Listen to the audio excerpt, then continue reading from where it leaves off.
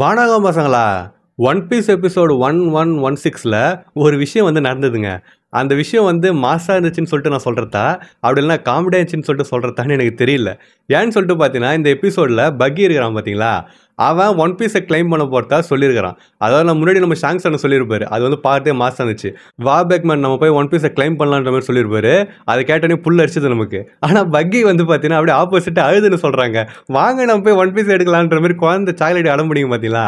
அந்த மாதிரி வந்து சொன்னால் அது காமெடியாக இருந்துச்சு தான். ஆனால் அதே சமயம் அது மாசாவும் இருந்துச்சுன்னு தான் சொல்லிட்டு சொல்லணும். ஸோ எபிசோடோட ஃபர்ஸ்ட் ஹாஃபில் பக்கியை வச்சு தான் நடந்தது கதை. செகண்ட் ஹாஃபில் வந்து பார்த்தீங்கன்னா நம்ம தலைவனை காட்டினாங்க. நான் தலைவன் சொல்கிறது இந்த ஆள் கிடையாது. இந்த ஆள் ஒரு தெண்டை கருமாந்திரம் வாயை வந்து கிளறாதீங்க இதுக்கு மேலே கேட்டு இவனை வந்து விட்டு தள்ளுங்க. நான் தலைவன் சொன்னது நம்ம சாபோவை சொன்னாங்க. சாபோவை வந்து காட்டியிருந்தாங்க. இதுக்கப்புறம் நடக்க போகிற கதைக்கு அடித்தளம் போடாங்கன்னு சொல்லிட்டு வச்சுக்கலாம் இந்த எபிசோடோட செகண்ட் ஹாஃபில். வெறும் இந்த 2 விஷயம் மட்டும் இந்த எபிசோடில் நடக்கல. இது இல்லாமல் நிறைய விஷயம் நடந்தது. ஸோ அது எல்லாத்த பற்றி தான் நம்ம இந்த வீடியோவில் டீட்டெயிலாக பார்க்க போகிறோம். ஸோ வாங்க ரிவ்யூ பண்ணலாம்.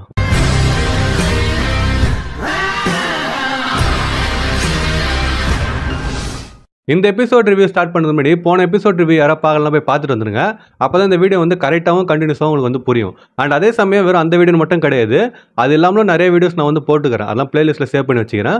ஸோ மறக்காமல் செக் பண்ணி பாருங்கள். இப்போ எபிசோட் ஸ்டார்ட் பண்ணுவோமா? ஸோ இந்த எபிசோட் எப்படி ஸ்டார்ட் ஆகுதுன்னா, ஸ்டார்டிங் ஆனால் பார்க்கறதுக்கு கொஞ்சம் சோகமாக இருந்துச்சுன்னு சொல்லிட்டு சொல்லாங்க. நம்ம டீபோன் இருக்காரு பார்த்தீங்களா, அவர் வந்து இறந்துடுறாரு. அது இறந்துடுறாரு, அவர் கொண்டுறாங்கன்னு சொல்லிட்டு வச்சிங்களேன். அண்ட் அவரை கொன்னது வந்து ஒரு பைரட் கிடையாது, ஒரு சாதா குடிமகன் வந்து கொண்டுடுறாங்க. எதுக்கடா கொண்டான்னு சொல்லிட்டு கேட்டிங்கன்னா, இந்த பக்கி இருக்கிறனால கிராஸ் கில்ட் ஓப்பன் பண்ணான்னா அதுக்கப்புறம் மரீன்ஸுக்கு வந்து ஒரு பவுண்டி போட்டான் பார்த்தீங்களா, அந்த பவுண்டி படி ஒரு கொண்டா காசு கிடைக்கும்ன்றதுனால பஞ்சம் பட்டினியில் இருக்கிற குடிமக்கள் எல்லாருமே இந்த மாதிரி மரீன்ஸை கொள்றதுக்கு ஆரம்பிக்கிறாங்கன்னு சொல்லிட்டு வச்சிக்கலாம். ஸோ அந்த மாதிரி இருக்கிறப்ப ஒருத்தவன் வந்துட்டு இவரை கொண்டுட்டுக்கிறான். அவர் வந்து பார்த்தீங்கன்னா இறந்துட்டுக்கிறாரு. எதுக்குன்னு சொல்லிட்டு பார்த்தீங்கன்னா அதே பவுண்டிக்காக தான். ஸோ இதை பற்றி தான் நம்ம சென்கோக்கும் அப்புறமா டிசுரும் வந்து பேசினுக்கிறாங்க. இது ஏன்னா உண்மையிலே கஷ்டமாக இருந்துச்சுங்க. ஏன்னு சொல்லிட்டு பார்த்தீங்கன்னா, இந்த மரீன்ஸ் வந்து என்னதான் அவங்களுக்கு உண்மை தெரியுது தெரியல அதெல்லாம் தாண்டி அவங்க வந்து மக்களை பாதுகாக்கிறதுக்காக தான் இருக்கிறாங்க. கரெக்டுங்களா? நிறைய பேர் அதை தான் வந்து அவங்களோட வேலைன்னு சொல்லிட்டு நினச்சின்னு இருக்கிறாங்க. அவங்க மக்களை பாதுகாக்கிறோன்ற மாதிரி தான் வந்து நினைக்கிறாங்க. அப்படி இருக்கிறப்ப இது வரைக்கும் அவங்களோட எதிரியாக பைரட்ஸை மட்டும்தான் பார்த்துருந்தாங்க. ஆனால் இப்போ அவங்களோட எதிரியாக வந்து அவங்க சாதா மக்களையும் பார்க்க வேண்டியதாக இருக்குது. ஏன்னா இவங்க தலையிலே ஒரு பவுண்டின்னு இருக்கிறப்ப சாதா மக்களையும் இவங்களை கொள்றதுக்கு வந்து வராங்க. ஸோ இப்படி பார்க்குறப்ப அவங்க வந்து எப்படி அந்த மக்களை பாதுகாப்பாங்கன்னு சொல்லிட்டு தெரியல. இதே தான் வந்து பார்த்தீங்கன்னா நம்ம சென்கோக்கும் சொல்கிறாரு. இதை பற்றி தான் வந்து பேசினுக்கிறாங்க. ஸோ பக்கி வந்து பார்த்தீங்கன்னா இந்த மாதிரி ஒரு கேவலமான விஷயத்தை கிராஸ் கில்டுன்னு சொல்லிட்டு ஓப்பன் பண்ணியிருக்கிறானே சொல்லிட்டு நம்ம சொல்லலாம்.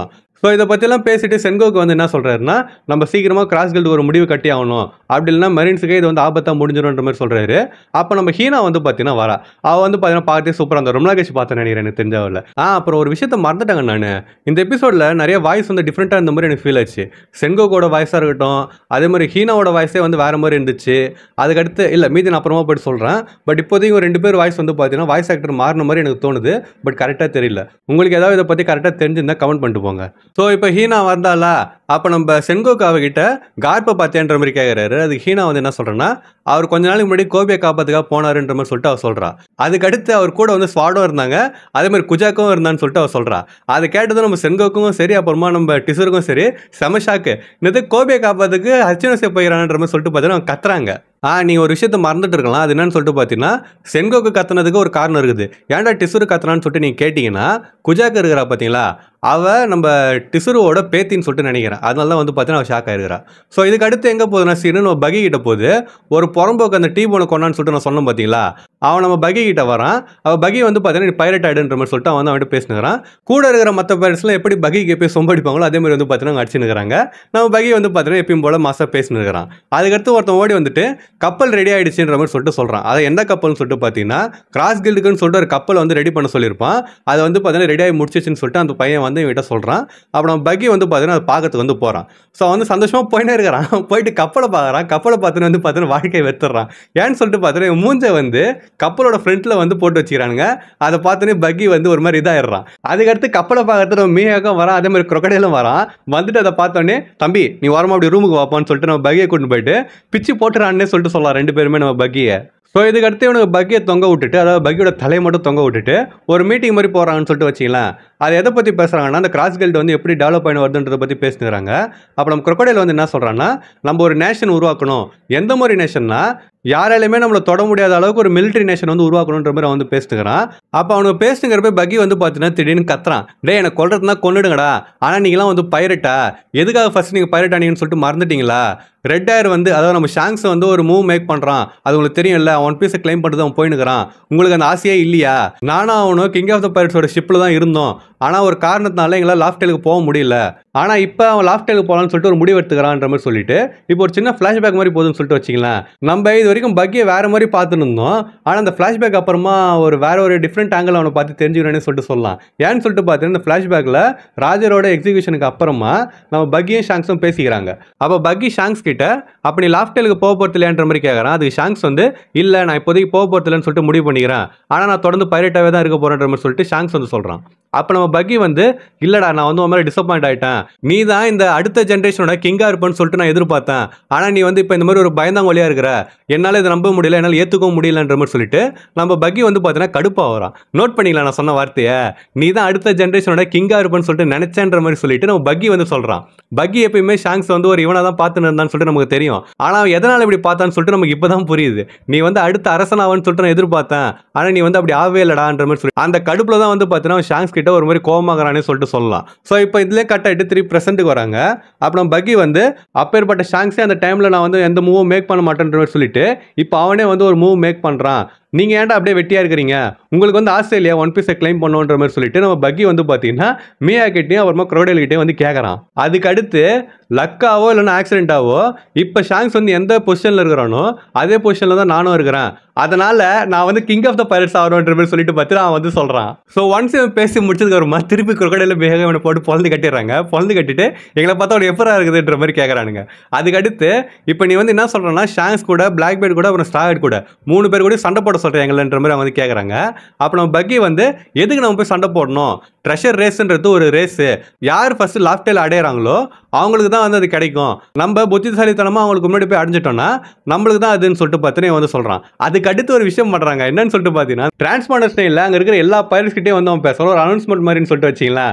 அதில் வந்து என்ன சொல்கிறான்னா, நீங்களாம் பைரட் ஆகிட்டு கடலுக்கு வந்தீங்களே எதுக்காக வந்தீங்க, அந்த ஒரு விஷயத்துக்காக தானே வந்தீங்க, அப்புறம் போகிற போக்கில் அப்படியே விட்டுட்டீங்களே, அது உங்களுக்கு ஓகேவா, இப்படியே இருக்கிறது உங்களுக்கு ஓகேவா, ஆனால் கவலைப்படாதீங்க இப்போ உங்களுக்கு நான் இருக்கிறேன், வாங்க நம்ம போயிட்டு ஒன் பீஸ் அடையலான்ற மாதிரி சொல்லிட்டு பார்த்தீங்கன்னா பக்கி வந்து சொல்கிறான்.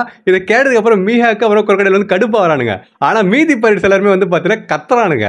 இது உண்மையிலேயே பார்க்கறதுக்கு சீனாக இருந்துச்சுங்க. அதாவது இது மாசாக இருக்க வேண்டிய சீனு, மாசானா பக்கி வந்து ஒரு காமெடியான கேரக்டராக இல்லாமல் ஒரு மாசான கேரக்டராக இருந்து இதை சொல்லியிருந்தான்னு சொல்லிட்டு வச்சிங்களேன், அப்போ இது மாசாக இருந்திருக்கும். ஆனால் இப்போ பக்கி வந்து பார்த்தீங்கன்னா அடி வாங்கின்னு அதாவது மிதி வாங்கின்னு சொல்லிட்டு சொல்லலாம். ஏன்னா crocodile காலை வச்சு அவனை வந்து மிச்சிருக்கிறான் மூஞ்சிலேயே, அந்த டைமில் இதை சொல்கிறான் பாருங்களேன், அதுதான் காமெடியாகவே இருந்துச்சு. ஆனால் அப்படி சொன்னாலுமே இந்த சீன் வந்து பார்க்கறது மாசாக இருந்துச்சுங்க. ஸோ இதோட இங்கே வந்து கட் ஆயிடுச்சா, இதோட பக்கி கதை முடிஞ்சிச்சு. இப்போ அடுத்து வந்து எங்கே போகிறாங்கன்னா நம்ம சாபோ கிட்ட வந்து போகிறாங்க. ஸோ இப்போ கமபக்கா ஐலாண்டை நோக்கி ஒரு கப்பல் வந்துன்னு இருக்குது. அப்போ வந்து பார்த்தீங்கன்னா ஒரு 4 பேர் முனையில் நின்றுங்கன்னு அது என்ன கப்பல் யார் வரான்னு சொல்லிட்டு பார்த்தீங்கன்னா பார்த்துனுக்குறாங்க. அவங்க 4 பேருமே வந்து அந்த ரெவல்யூஷன் ஆர்மியோட மெயின் ஃபோர்ஸஸ் இருக்கிறாங்க பார்த்தீங்களா, நார்த்து சவுத்து ஈஸ்ட் வெஸ்ட்னு சொல்லிட்டு ஒரு கேப்டன்ஸ் சொல்லிட்டு வச்சிங்களா, அவங்களோட அசிஸ்டன்ஸ் தான் வந்து பார்த்தீங்கன்னா 4 பேர். அவங்க வந்து பார்த்தீங்கன்னா முனையில் நின்றுங்கன்னு பார்த்துனுக்குறாங்க. ஸோ அந்த கப்பலில் வந்து பார்த்தீங்கன்னா சாபோ வரான். வந்ததுக்கப்புறமா எல்லாருமே கமபக்கால இருக்கிற எல்லாருமே ஓடி போயிட்டு எப்படி இருக்கிற சாபோ என்னாச்சு வேணும்னு சொல்லிட்டு பார்த்தீங்கன்னா வந்து பேசினுக்கிறாங்க. ஸோ இது எல்லாமே வந்து பார்த்தீங்கன்னா இதே மாதிரி தான் போச்சு, நார்மலாக தான் இருந்துச்சு. அதுக்கு அடுத்து நம்ம கோலகரா பார்த்தீங்களா, அவன் வந்துட்டு பார்த்தீங்கன்னா சாபோ ஃபர்ஸ்ட் எட்டி விட்றான், அவன் தப்பிச்சுன்னு இருக்கிறான். பட் தொடர்ந்து அட்டாக் பண்ணின்னு எங்கே தாண்டா போய் தொலைஞ்ச, ஒரு ஃபோன் அடிச்சு நான் பத்திரமா இருக்கிறேன்னு சொல்லிட்டு உன்னால சொல்ல முடியாதுன்ற மாதிரி சொல்லிட்டு அவன் வந்து அடிச்சுனே இருக்கிறா. அப்போ சாபோ வந்து இல்லை எனக்கு அந்த மாதிரி ஃபோன் கிடைக்கல, அதனால தான் நான் வந்து ஃபோன் பண்ணல சாரின்ற மாதிரி வந்து பார்த்தீங்கன்னா சொல்லினுக்கிறான். கோலா ஃபர்ஸ்ட் அடிச்சிருந்தால அதுக்கடுத்து வந்து பார்த்தீங்கன்னா கட்டி பிடிச்சின்னு நான் அவனுக்கு எதாவது ஆயிடுச்சோன்னு சொல்லிட்டு நான் பயந்துட்டேன்ற மாதிரி சொல்லிட்டு பார்த்தீங்கன்னா கட்டி பிடிச்சி அழுதுன்னு இருக்கிறான். ஸோ இதுக்கடுத்து சாபோ ஒரு கப்பலில் வந்தான் பார்த்தீங்களா, அவன் கூட இந்த லுலுஷா கிங்டம் சேர்ந்த சில மக்களும் வந்துருக்காங்க. எதுக்குன்னு சொல்லிட்டு பார்த்தீங்கன்னா ரெவல்யூஷன் ஆர்மியில் சேர்றதுக்காக வந்துக்கிறாங்க. அப்புறம் பெல்லோபெட்டி வந்து போயிட்டு அவங்க கிட்ட பேசினு இருக்கிறா. ஸோ இதுக்கடுத்து சீன் வந்து எங்கே போகுதுன்னா நம்ம சாபோ கிட்ட அப்புறம் இவான்கோ கிட்ட அதுக்கடுத்து டிராகன் கிட்ட வந்து போகுது. அப்புறம் மறுபடியும் மறந்துட்டாங்க. இதில் வந்து பார்த்தீங்கன்னா சாபோவோட வாய்ஸ் வந்து டிஃப்ரெண்ட்டாக இருக்கும். இது கன்ஃபார்மாகவே எனக்கு தெரியும். வாய்ஸ் ஆக்டர் வந்து பார்த்தீங்கன்னா சேஞ்ச் பண்ணிக்கிறாங்க. அதுக்கான காரணம் வந்து முன்னாடி இந்த வாய்ஸ் ஆக்டர் ஒரு பொண்ணுக்கிட்ட ஏதோ பண்ணதாக வந்து விஷயம் பரவுச்சு, அது உண்மை தான் அது. ஸோ அந்த விஷயம் கரெக்டாக மறந்துச்சு, அதனால திருப்பி நான் கரெக்டாக சொல்லலை. பட் அந்த மாதிரி நடந்துச்சு, அதனால் அவர் வந்து பார்த்தீங்கன்னா மாற்றிட்டு புது வாய்ஸ் ஆக்டர் வந்து போட்டுக்கிறாங்க. ஸோ அவன் வந்து ஓகேங்க. ஆனால் அதுக்கடுத்து டிராகனுக்குறான் பார்த்தீங்களா, அவனுக்கு வாய்ஸ் வந்து அது என்னங்க ஏதோ வயசான தாத்தா பேசுகிற மாதிரி இருக்குதுங்க. ஏதோ சாவு முனையில் இருக்கிற அவர் பேசுகிற மாதிரி இருக்குது. நம்ம கார்போட குரலே தேவலாம் போலுது, இல்லை ஒயிட் பேர்ட் குரலே தேவலாம் போலுது. டிராகன் வந்து ரொம்ப பழசாக இருக்குதுங்க. அது நல்லாவே இல்லை ஃபஸ்ட்டு அவனுக்கு. முதல்ல அவனோட வாய்ஸ் ஆக்டர் சேஞ்ச் பண்ணால் நல்லாயிருக்கும். அவன் இருக்கிற வயசுக்கும் வாய்ஸ் ஆக்டரோட வயசும் வந்து பார்த்தீங்கன்னா தெளிவாக தெரியுது டிஃப்ரென்ஸு. இந்த நடுவில் டிராகன் வாய்ஸ் ஆக்டர் மாற்றினாங்க பார்த்தீங்களா, அதாவது இந்த சின்ன வயசு டிராகனை காட்டுறப்ப அந்த வாய்ஸ் பக்காவாக இருந்துச்சு. எனக்கு உண்மையிலே ரொம்ப பிடிச்சிருந்துச்சு. நிறைய பேருக்கு பிடிச்சிருந்துச்சுன்னு தான் சொல்லிட்டு சொன்னீங்க. ஸோ அந்த வாய்ஸ் ஆக்டரே நம்ம டிராகனுக்கு தொடர்ந்து போட்டாங்கன்னா நல்லா இருந்திருக்கும். இந்த டிராகனோட வாய்ஸ் வந்து பார்த்தீங்கன்னா தாத்தா பேசுகிற மாதிரி இருக்குது. ஏற்கனவே வந்து ஒன்றும் பண்ண மாட்டான், சும்மா தான் உட்காந்துக்கிறான். இது பத்தாததுக்கு குரலும் வந்து பார்த்தீங்கன்னா தாத்தா மாதிரி இருக்குது. எனக்கு என்ன சொல்கிறதுன்னு சொல்லிட்டு தெரியல. ஸோ இதில் தான் வந்து பார்த்தீங்கன்னா இந்த எபிசோடில் வாய்ஸ் நான் நோட் பண்ணேன்னு சொல்லிட்டு முன்னாடி சொன்னேன்ல, இவங்க எல்லாரோட வாய்ஸ் தான் வந்து பார்த்தீங்கன்னா நோட் பண்ணுது. ஸோ இதுக்கடுத்து சாபோ வந்து இவான்கோ கிட்டையும் அப்புறமா டிராகன் கிட்டையும் இந்த வாட்டி நடந்த ரெவரியில் நடந்த உண்மையான விஷயத்தை பற்றி உங்ககிட்ட நான் சொல்ல போறேன்ற மாதிரி சொல்லிட்டு நம்ம சாபோ வந்து சொல்றான். அதோட வந்து பார்த்தீங்கன்னா எபிசோட் வந்து முடிச்சிடுறாங்க. ஸோ இதுக்கடுத்து என்ன ஆச்சுன்னு சொல்லிட்டு நம்ம வெயிட் பண்ணி அடுத்த வாரம் பார்க்க முடியாது. அடுத்த வாரம் வந்து பிரேக் எடுத்துக்கிறாங்க.